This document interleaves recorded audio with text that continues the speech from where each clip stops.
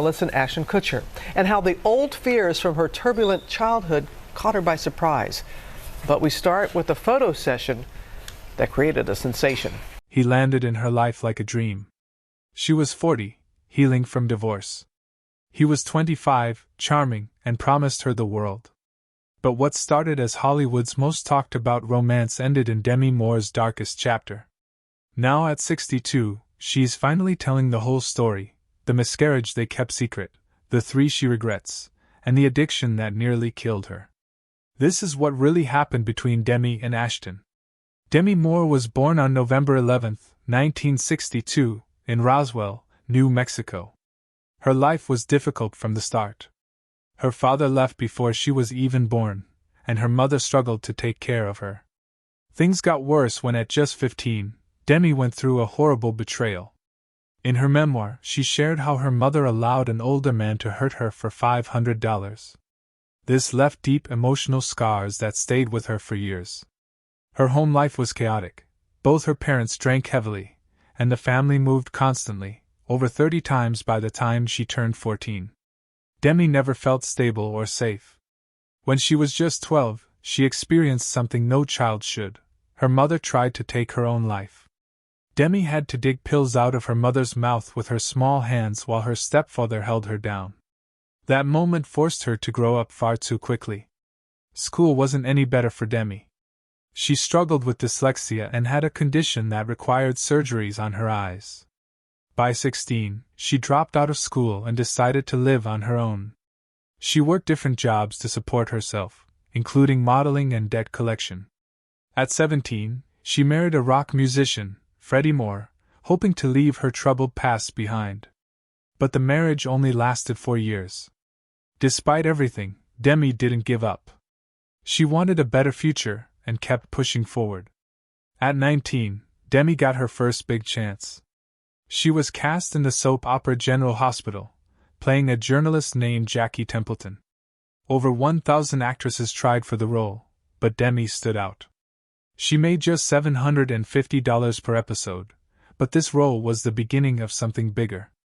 Her character Jackie was strong and determined, which wasn't common for women on TV at that time. Demi's performance impressed viewers and producers alike. Off-screen, Demi faced a serious problem. She was struggling with addiction. She partied heavily, often for days. Her director Joel Schumacher stepped in when he saw her potential. He helped her stay sober by arranging for someone to be with her all the time during the filming of her next big project, St. Elmo's Fire. This support helped her turn her life around. In 1985, Demi starred in St. Elmo's Fire, which became a huge success. The movie was about a group of friends navigating adulthood and featured other young stars like Rob Lowe and Emilio Estevez. Demi played Jules, a party girl with her own struggles, a role that mirrored some of her real-life challenges. But getting the role wasn't easy. Joel Schumacher gave her an ultimatum: get sober or lose the part. Demi chose to fight her addiction and succeeded. The studio even paid for someone to stay with her throughout filming, making sure she stayed on track. The film made Demi a part of the Brat Pack, a group of rising young stars in the 1980s.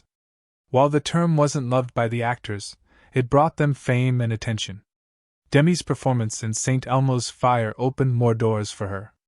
Soon, she starred in movies like About Last Night and Ghost, which made her one of the biggest names in Hollywood. Years later, people still talk about the Brat Pack. In 2024, a documentary called Brats premiered where Demi and her co-stars reflected on that era. There are even talks of a sequel to St. Elmo's Fire, with hopes of reuniting the original cast including Demi. Demi Moore became a superstar in 1990 with the movie Ghost. The film was a massive hit, making $55.7 million worldwide even though it was made on a small budget of $22 to $23 million. It became the highest-grossing movie of 1990 and, at the time, the third highest-grossing film ever. People loved it so much that it became the most rented video in the US in 1991. In Ghost, Moore played Molly Jensen, and her performance touched audiences deeply. The pottery wheel scene with Patrick Swayze, set to Unchained Melody, became iconic and is still remembered as one of the most famous moments in movie history. Her short haircut in the film also became a global fashion trend, with women everywhere copying the look. The movie's success also had a personal side for Moore. While Ghost was topping the box office, her husband Bruce Willis's film Die Hard 2 was also a huge hit. At one point, their movies were the top 2 films in theaters at the same time. This hadn't happened for another married Hollywood couple until 34 years later. The success of Ghost also earned Moore a Golden Globe nomination and a Saturn Award for Best Actress, showing how much critics and fans appreciated her work. The movie wasn't just a love story, it mixed romance, comedy, and supernatural elements in a way that was new for Hollywood. Its success proved that movies with unique ideas could still be big hits. This inspired filmmakers to try more creative storytelling in the years that followed. After Ghost, Moore continued to shine in major roles. In 1992, she starred with Tom Cruise and Jack Nicholson in A Few Good Men. The movie made over $243 million worldwide, and Moore played Lieutenant Commander Joanne Galloway, showing she could hold her own in a serious, male-dominated film. In 1993, Moore starred in Indecent Proposal, which was a huge box office success, earning nearly $267 million on a $38 million budget. The movie asked a provocative question: would a married woman sleep with a stranger for $1 million? Moore played Diana Murphy, and her performance started big debates about morality and relationships. But the role also brought criticism. Feminists argued that the movie treated women like property. Moore later said that the backlash she faced during this time was one of the hardest parts of her career. Despite this, she kept taking on bold roles, seeing them as a way to challenge society's expectations about women. Moore's career took an even riskier turn with 2 controversial movies in the mid-1990s. In 1996, she starred in Striptease, where she played a stripper. The movie got a lot of attention because of its daring subject and Moore's nude scenes. She was paid $12.5 million for the role, making her the highest-paid actress in Hollywood at that time. Then in 1997, Moore starred in G.I. Jane. In this film, she played the first woman to go through Navy SEAL training. To prepare for the role, Moore shaved her head on camera and did many of her own stunts. She also trained hard, building muscle and lowering her body fat to just 10%. These 2 roles showed opposite sides of Moore. In Striptease, she embraced her femininity and sexuality, while in G.I. Jane, she took on a tough, masculine role. This sparked debates about gender roles in Hollywood. Moore herself reflected on this, saying that playing a stripper upset women and playing a soldier upset men. Even though these movies brought controversy, they also made Moore's star power even bigger. But the criticism and public scrutiny affected her deeply. In her 2019 memoir, Moore shared that this period marked the start of a tough time in her personal life with struggles involving substance abuse and body image issues. Demi Moore's life took a significant turn when she married musician Freddie Moore at just 17 years old. This happened on February 8, 1980. The marriage didn't come from love. It was more about escaping the pain of losing her stepfather. She admitted this years later in her memoir Inside Out. In fact, the night before the wedding, instead of feeling excited or happy, she was on the phone with another man she'd met on a movie set. Even before it started, the marriage felt like it wasn't going to work. She took Freddie's last name and made it her stage name, which stayed with her for her entire career. During their marriage, they even worked together on some songs like It's Not a Rumor, which became a small hit. But the relationship was tough. Demi was still so young, trying to figure out who she was while being in this grown-up relationship. She later said she sabotaged the marriage herself, knowing deep down it wasn't right. It ended in 1985, but it left a lasting mark on her, shaping how she saw love, trust, and herself. However, Demi's love story with Bruce Willis started like something out of a movie. They met in 1987 at a premiere while Demi was engaged to another actor, Emilio Estevez. The spark between Demi and Bruce was undeniable. 4 months later, they were in Las Vegas for a boxing match when Bruce proposed. They got married right then and there on November 21, 1987. It was impulsive, but it worked for a while. They became one of Hollywood's most famous couples. Bruce was a rising star with Die Hard, and Demi was becoming one of the highest-paid actresses ever. They had 3 daughters together, Rumor, born in 1988, Scout in 1991, and Tallulah in 1994. But their careers kept them apart a lot, and they had different ideas about family. Bruce wanted Demi to stay home more, but she was breaking records, earning $12.5 million for striptease and showing no signs of slowing down. Even with the challenges, they managed to stay close for a long time. They even acted together in the movie Mortal Thoughts. But in 1998, after 11 years of marriage, they decided to separate. Unlike many Hollywood divorces, theirs was surprisingly peaceful. They stayed friends, co-parented their kids, and even attended each other's weddings later on. Their blended family became an example of how divorced couples can still support each other. Demi's biggest challenge during all this was balancing her career with being a mom. When she had Rumor in 1988, she didn't slow down. By 1991, she made headlines posing nude while pregnant with Scout for the cover of Vanity Fair. That photo became iconic, showing the world that being a mom didn't mean hiding or being ashamed of your body. She worked hard to make her career fit her family life. On the set of G.I. Jane, she had a nursery built for her youngest daughter. But no matter how much she did, she often felt guilty for not being there enough. After splitting from Bruce, she made a huge decision to leave Hollywood and move to Idaho. She wanted her daughters to have a normal life away from the spotlight, even if it meant stepping back from her career. This choice showed how much she valued being a mom above everything else. In 2003, Demi Moore met Ashton Kutcher at the New York premiere of Charlie's Angels, Full Throttle. Demi was 40 years old at the time and Ashton was 25. Despite the 15-year age gap, they felt an immediate connection. Demi was drawn to Ashton's charm and humor. Within a day of meeting, they had an 8-hour phone call where they talked about their dreams and life philosophies. This deep conversation set the tone for their fast-moving romance. Just 3 weeks after meeting, Ashton had already met Demi's daughters and her ex-husband Bruce Willis. In a bold and surprising move, Ashton proposed to Demi only 2 months into their relationship. He planned a romantic midnight picnic on the beach in Santa Barbara and spelled out, "Marry me," with rose petals. The engagement ring was a 5-carat Asher-cut diamond worth $250,000. By the 4th month, they had moved in together and even started a production company called Catalyst Films. Their first project, Beauty and the Geek, became a hit, solidifying their status as a Hollywood power couple.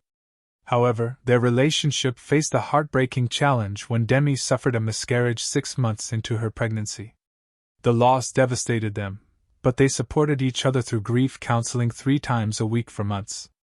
Ashton later said this tragedy made him realize he was ready for fatherhood, strengthening their bond even more. The media was fascinated by their 15-year age gap, which became a major topic of public discussion. When they made their debut as a couple at the Charlie's Angels premiere that year, the press went wild. Over 200 photographers crowded the event, and some even offered $100,000 for a photo of them kissing. Late-night comedians and talk shows constantly joked about their relationship, and the term, cougar, became mainstream, with Demi often being called its poster child. Despite the jokes, Demi and Ashton faced the attention with humor. Demi appeared in a 2005 Saturday Night Live skit wearing old-age makeup, poking fun at the obsession with their age difference. In September 2005, Demi and Ashton had a private wedding at their Beverly Hills home with just 100 guests, including Bruce Willis. Demi wore a Lanvin gown and Ashton a cream Brooks Brothers suit. They exchanged vows under a Kabbalah chuppah, reflecting their spiritual beliefs.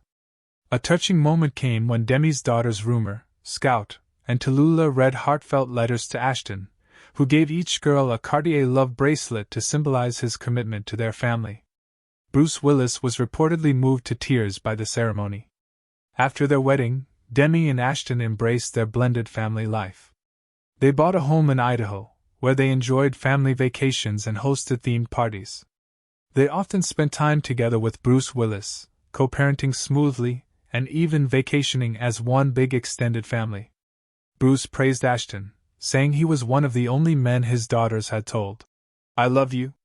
Ashton's role as a stepfather to Demi's daughters was significant. At just 27 years old, he took on the responsibility of helping to raise three girls aged 17, 14, and 11. He threw himself into the role, attending their school events, cheering at their performances, and even learning how to French braid their hair. Ashton admitted to taking parenting classes to better understand his role, saying love isn't something that gets divided but grows. He encouraged the girls' interests, helping Rumor set up her first Twitter account and producing her film The Whole 10 Yards. Scout credited him with inspiring her love of technology, which led her to study computer science. However, it wasn't always easy. Tallulah later wrote that Ashton's presence initially confused her, as she wasn't sure how to accept him in a fatherly role. Rumor even admitted she had a crush on Ashton before he started dating her mom, which added complexity to their relationship. Despite these challenges, Ashton remained close to the girls even after he and Demi split. He publicly supported Rumor during her Dancing with the Stars performances and celebrated her pregnancy announcement years later. Ashton said in 2020 that he would always love and root for them, showing his lasting dedication to the family he helped build. Demi Moore and Ashton Kutcher were thrilled when they found out they were expecting a baby. Moore was 41 years old and 6 months pregnant when, during a routine checkup on September 23, 2003, their joy turned into heartbreak. They found out their baby girl, Chaplin Ray, had no heartbeat. This loss crushed Moore, who had been sober for almost 20 years. She blamed herself, thinking her occasional drinking and smoking early in the pregnancy had caused it. The grief hit Moore hard. She became depressed and started using alcohol and painkillers like Vicodin to numb the pain. Her weight dropped dangerously low to just 98 pounds. The couple tried everything to have another baby, including IVF, but nothing worked. Moore felt even more broken. In 2019, she described this time as feeling completely lost and empty, struggling to understand how to cope. The miscarriage also hurt their marriage. Kutcher didn't fully understand Moore's pain. In her memoir Inside Out, Moore said he tried to support her but couldn't connect with what she was feeling. This emotional distance only grew and started to damage their relationship. In a desperate attempt to save their marriage, they tried unusual things. Moore revealed in her memoir that they even had threesomes because Kutcher asked for it. She wanted to make him happy and went along with it, but it left her feeling ashamed and unsure about their relationship. They also turned to spirituality for help, going to the Kabbalah Center in Los Angeles, and even traveling to Israel for a spiritual retreat. None of it worked. The pressure to have a baby, Moore's struggles with addiction, and their age gap only made things worse. Things got worse when rumors of Kutcher cheating came out on their 6th wedding anniversary, September 24, 2011. Kutcher reportedly spent the night with a 22-year-old woman, Sarah Leal. Moore had actually seen Leal before at a bowling alley where Leal boldly gave Kutcher her phone number in front of her and her daughter. Moore found out about the affair through a Google alert on her phone while getting ready for a red carpet event. When she confronted Kutcher, he admitted it. Moore said she was so shocked she couldn't breathe. She later learned he had cheated before with a 21-year-old woman named Brittany Jones. To make it worse, Kutcher tried to justify his actions, saying their threesomes had blurred the lines in their relationship. This only deepened Moore's hurt. The cheating became public, making things even harder for Moore. Just days after the scandal broke, they appeared together at an event for their Foundation Against Human Trafficking. Moore had to stand next to Kutcher as he spoke, even though she knew what he had done. It was humiliating. On November 17, 2011, Moore announced their separation. She said it was a painful but necessary decision and that she needed to stay true to her values. The divorce process dragged on for almost 2 years. Kutcher officially filed in December 2012 and the split was finalized in November. Moore later said the end of their marriage felt like a nightmare and deeply hurt her self-esteem. Kutcher admitted in a 2023 interview that divorce made him feel like a failure. Both of them struggled to heal, especially with so much of their pain being played out in public. Demi Moore's life started falling apart after her divorce from Ashton Kutcher. She had been sober for nearly 20 years, but everything changed and she fell back into addiction. Things got really bad on January 23, 2012, when Demi had a seizure during a party at her house in Benedict Canyon. She had been smoking synthetic cannabis and inhaling nitrous oxide. When someone called 911, they described her as semi-conscious and shaking. It was a terrifying moment, and the start of a very dark time for Demi. Her addiction became worse over the next 3 years. She started taking up to 12 Vicodin pills every day and drank Red Bull mixed with vodka. She was also obsessed with her body, spending hours looking in the mirror and convincing herself she needed to be thinner. Her health got so bad that she weighed only 102 pounds. The stress, exhaustion, and lack of proper food caused seizures, and she barely held on. During this time, Demi became very isolated. She avoided her family and friends and spent most of her time alone. She missed her daughter Rumer's 30th birthday and stopped showing up for other important family events. By September 2012, Demi finally went to rehab at a luxury center in Utah called Cirque Lodge. It cost $150,000 a month, but it was a necessary step for her to start getting better. Demi's addiction didn't just hurt her, it deeply affected her relationship with her 3 daughters, Rumer, Scout, and Tallulah. Things got so bad that Demi and her daughters stopped talking for 3 years. Tallulah, who was just 25 at the time, explained how scary it was. She said it felt like her mom became a different person, like a monster.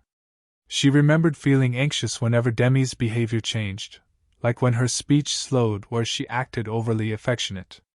Tallulah even developed an eating disorder and body image issues because of the stress. Rumer, who was 31, was angry and heartbroken. She said it felt like her mom's addiction had stolen something precious from her. She also talked about a terrifying moment when she had to call 911 to save her mom's life. Scout, who was 28, felt abandoned and believed her mom didn't love her. The 3 sisters eventually stopped speaking to Demi entirely. In 2012, they didn't even go to her 50th birthday, and Demi missed milestones in their lives, like Rumer's appearance on Dancing with the Stars in 2015. For years, they weren't on good terms, but everything started to change on November 12, 2015. Tallulah, the youngest, had just finished rehab after struggling with substance abuse and an eating disorder. She bravely decided to reach out to her mom. This was the first time they saw each other in almost 3 years.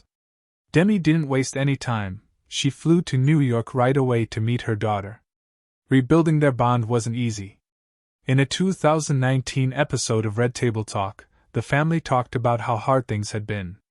Tallulah said she felt abandoned. Rumer admitted she used to have panic attacks at the thought of running into her mom. Scout confessed she was angry and full of resentment. Demi took responsibility, admitting her struggles with addiction had hurt her family deeply. She worked hard to fix things, going to therapy and family counseling for 18 months. A major breakthrough happened in 2017 when they spent a week at a retreat in Arizona. They meditated together and did exercises to heal emotionally. Now things are much better between them. They spend holidays together, support each other on social media, and even work on projects as a family. For Demi's 60th birthday in 2022, her daughter surprised her by getting matching tattoos of the word mother in her handwriting. It was a beautiful way to show how close they've become. Demi also stayed close to Bruce Willis even after their marriage ended in 2000. They've shown that divorce doesn't have to mean the end of a family. When Bruce's family announced in 2022 that he had aphasia, Demi was one of the first to share the news and show her support. Since then, she's been there for him, spending time with Bruce and his wife Emma Hemming Willis.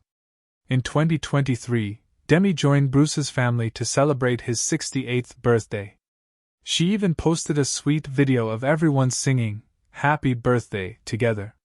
It went viral and showed just how strong their bond still is. Back in 2019, Demi even showed up at Bruce's Comedy Central roast and made jokes about their past. She said, "I was married to Bruce for the first 3 Die Hard movies, which makes sense because the last 2 sucked." People loved seeing how they could laugh about their history. They've also supported each other's new relationships. Demi attended Bruce's wedding to Emma in 2009, and Bruce was at Demi's wedding to Ashton Kutcher in 2005. Their kids have appreciated how their parents stayed respectful and loving. Rumor once said that having divorced parents who still care about each other is the best example of love she could have asked for. At 62, Demi's views on love have completely changed. On her birthday in 2024, she told Vogue that she's learned the most important relationship is the one she has with herself. She doesn't need anyone to complete her because she feels whole on her own. She even came up with a term for her new lifestyle, solo partnering. It means she's focusing on her own growth and happiness. She's not looking for a romantic partner, but she's open to love if it comes her way. This idea became so popular that #solopartnering was trending online right after the interview. Demi's approach to dating is also different now. In the past year, she went on only 3 dates, all carefully chosen. One of them was with an astrophysicist she met at a TED Talk. They went stargazing in the Mojave Desert. Demi said it wasn't romantic, but it was an experience she'll always remember because it was so meaningful. Surprisingly, Demi has also become friends with Mila Kunis, Ashton Kutcher's wife. They even started a book club together and meet every 2 weeks to talk about books and life. Fans love how mature and forgiving Demi has become. As for the future, Demi hasn't ruled out love, but now she's clear about what she wants. If she does fall for someone, it'll be someone who adds to her life, not someone she feels she needs to be complete. And they absolutely have to love her dog Puff, who's a little Instagram star with over 2 million followers.